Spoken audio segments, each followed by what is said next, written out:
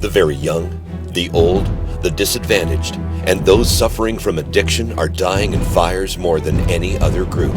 If we are serious about saving lives, we need to change this. We respond to the people in this high-risk group every single day, make a connection with the people that need us the most, and improve their safety. Find a way to ensure every home has a functioning smoke alarm. We will test and install alarms for those that can't do it for themselves. There is no excuse. Smoke alarms save lives. The movement is happening, and we are behind it.